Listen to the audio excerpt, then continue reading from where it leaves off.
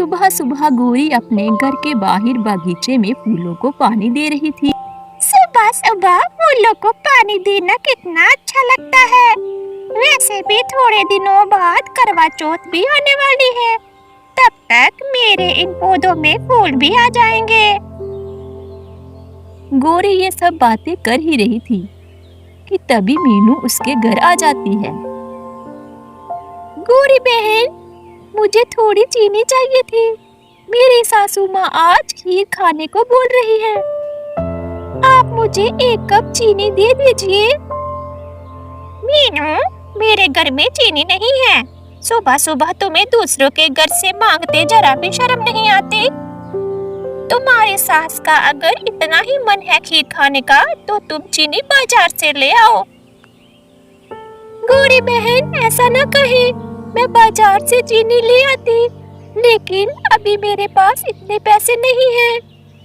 कुकू के पापा को कल तनख्वाह मिल जाएगी। मैं आपको आपकी चीनी के पैसे कल दे दूंगी। मीनू, मैंने कह दिया ना, मेरे घर में चीनी नहीं है। चलो अब आओ यहाँ से। पता नहीं कहाँ कहाँ से आ जाते हैं सुबह सवेरे मांगने। गोरी की कड़वी बातें सुनकर मीनू को बहुत बुरा लगता है और वह वहाँ से चली जाती है। अरे मीनू बहू, तुम कहाँ चली गई थी? बिना बताए मैं तो बहुत परेशान हो गई थी। माँ जी, मैं बस थोड़े काम से बाहर गई थी। इतने में मीनू का पति सोनू भी आ जाता है। मीनू उसे बुलाकर अकेले में कहती है, मीनू बोलो, क्या कहना चाहती हो? सोनू जी, कल आपको तनख्वाह तो मिल जाएगी ना? हाँ मीनू, कल मालिक मुझे पैसे दे देंगे, तुम चिंता मत करो। सोनू जी, 2 दिन बाद करवा चौथ का व्रत है, तो मुझे कुछ पैसों की जरूरत पड़ेगी।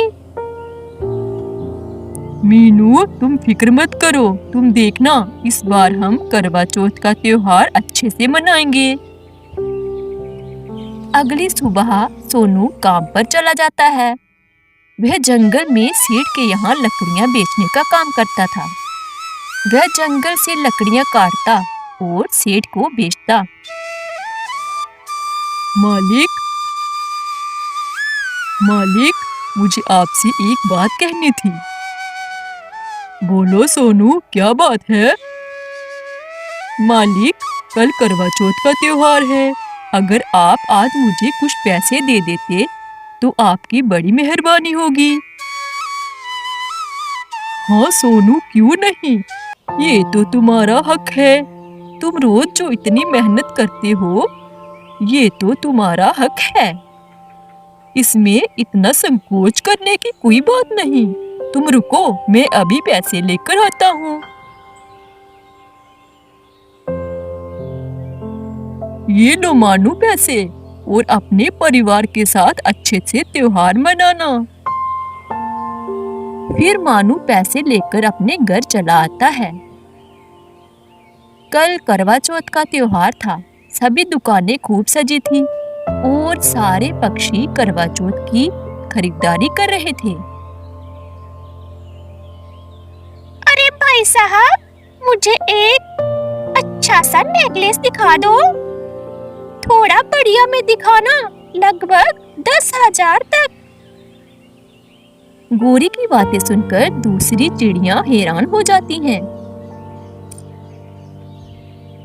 गोरी बहन, आप इतना महंगा नेकलेस खरीदोगी? हाँ लाडो, क्यों नहीं। हम अमीरों के लिए 10,000 कौन सी बड़ी रकम है। मैं कल सबसे सुंदर दिखना चाहती हूँ, सबसे सुंदर। भैया, आप ये नेकलेस पैक कर दें। फिर गोरी वहां से अपने घर आ जाती है। अगले दिन सभी व्रत की तैयारी में लगे थे। मीनू ने अपने लिए बस एक चुनरी खरीदी थी। अरे मीनू बेटी, ये क्या, तूने सिर्फ एक चुनरी ही खरीदी है, कोई गहना जेवर कुछ नहीं। नहीं माँ जी, मेरे लिए तो सब कुछ मेरे पति ही हैं। मुझे कोई गहना जेवर नहीं चाहिए। बस करवा माँ मेरे सुहाग को सदा सलामत रखे। अरे मेरी प्यारी बच्ची, मैं तो तेरे जैसी बहू पाकर धन्य हो गई। वो दोनों बातें कर ही रहे थे कि इतने में लाडो वहां आ जाती है। अरे लाडो बहन, तुम आओ आओ। मीनू, आज गौरी ने पूजा के लिए हम सबको अपने घर बुलाया है और तुम्हें भी चलना है। माँ जी, क्या मैं पूजा के लिए गौरी बहन के घर चली जाऊं? हाँ मेरी बच्ची, जाओ, पर जल्दी लौट आना, ज्यादा अंधेरा मत करना। फिर वह दोनों पूजा के लिए गौरी के घर जाती हैं। आज गौरी खूब सजी थी, वो सबसे अलग दिख रही थी। गौरी को अपनी अमीरी का बहुत ही घमंड था। अरे गौरी बहन, तुम्हारा ये नेकलेस तो बहुत सुंदर है, ये तो तुम पर खूब जच रहा है। लाडो, खूबसूरत क्यों नहीं होगा, पूरे 10,000 का है। अरे मीनू, ये क्या, तुम तो वही पुराने गहने पहन कर आई हो। गौरी बहन, मीनू भी बहुत सुंदर लग रही है। भले ही इसके गहने पुराने हैं, पर इस पर बहुत अच्छे लग रहे हैं। अरे लाडो, तुम बस करो, ऐसे ही झूठी तारीफें मत करो। हैं तो इसके गहने पुराने ही। गौरी की बातें सुनकर मीनू को बहुत गुस्सा आता है और वो बोले बिना नहीं रहती। गौरी बहन, बस करो, हम आपकी बातें सुनने के लिए यहाँ नहीं आए। आपने बुलाया था तो हम सब यहाँ आए हैं। हम यहाँ सिर्फ पूजा करने आए हैं। अगर आपने मेरा अपमान ही करना था तो मुझे पूजा में क्यों बुलाया? आपको तो पहले ही पता था कि हम गरीब हैं।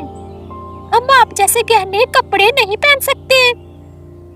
मीनू की बातें सुनकर गौरी की बोलती बंद हो जाती है। वो कुछ बोल नहीं पाती।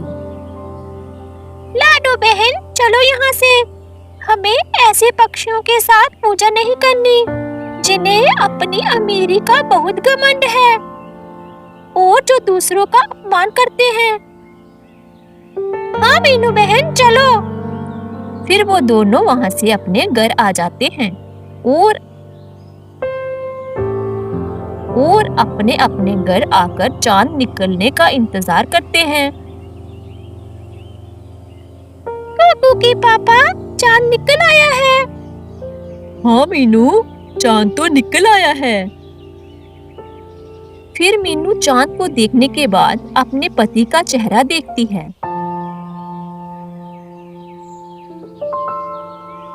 सोनू मीनू को अपने हाथों से मिठाई खिलाता है। इस तरह मीनू का करवा चौथ का व्रत पूरा होता है।